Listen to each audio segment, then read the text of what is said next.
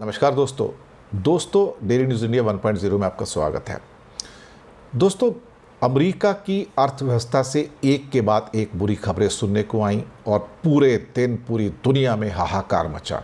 हालात ऐसे हो गए कि पूरी दुनिया की स्टॉक एक्सचेंजेस क्रैश हुई, और चाहे वो लंदन का था या कोरिया का था, जापान का था, ऑस्ट्रेलिया का था, हांगकांग का था, सिंगापुर का था, लंदन का था, न्यूयॉर्क का था। कोई ऐसी एक्सचेंज नहीं बची जहां पर स्टॉक एक्सचेंज नहीं बची जहां पर स्टॉक्स क्रैश नहीं हुए। और यकीन मानिएगा, हम पहले से कह रहे हैं कि भाई ये शुरुआत है, अभी इसको आप अंतिम रूप मत दीजिएगा। आप ये बस समझिए कि इसके नीचे और क्रैश नहीं होगा। अभी युद्ध तो ढंग से शुरू नहीं हुआ है। बहुत बड़ा एक कारण था कि जो अमेरिका के अंदर जो मंदी की आशंका है अब पुख्ता होती हुई नज़र आ रही है। उनकी जो बेरोज़गारी के आंकड़े हैं वो 4.3% के, which is one of the highest in the recent times हुआ है, वो आ रहे हैं।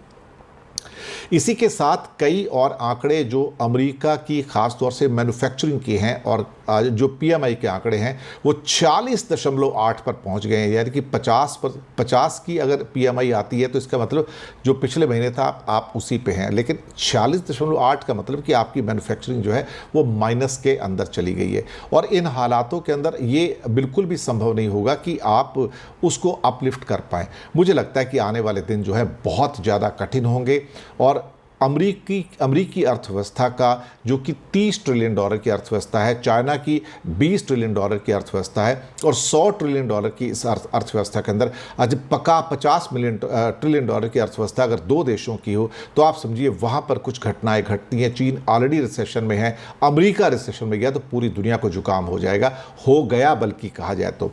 लोग कहेंगे कि भारत की इकॉनमी तो भाई बम बम हो रही है। नहीं भैया, बम बम नहीं हो रही है, क्योंकि हमारी इकॉनमी भी डिपेंडेंट है यूरोप के ऊपर, अमेरिका के ऊपर। अल्टीमेटली अगर वहाँ पर खपत में कमी आती है तो फिर हमारे एक्सपोर्ट सारे रुक जाते हैं। हमारे एक्सपोर्ट रुकते हैं तो हमारी प्रोडक्शन रुकती है, हमारी प्रोडक्शन रुकती है तो लोगों का जो ख़ास तौर से जो उनके पास कुछ पैसा आना चाहिए वो रुक जाता है। यानी कि कहीं ना कहीं भारत की इकॉनमी भी इन आइसोलेशन तो नहीं है, आइलैंड तो है नहीं, आप इंटरकनेक्टेड हो, और उसका एक बुरा असर भारत की इकॉनमी के ऊपर भी पड़ा। अदरवाइज कल पूरी दुनिया में स्टॉक एक्सचेंज क्यों सारे के सारे क्रैश होते और भारत का स्टॉक एक्सचेंज क्यों क्रैश होता? अगर इकॉनमी इतनी स्ट्रांग थी तो फिर क्रैश क्यों हुआ? तो प्रश्न चिन्ह बहुत सारे हैं। शुक्रिया आपका बहुत बहुत।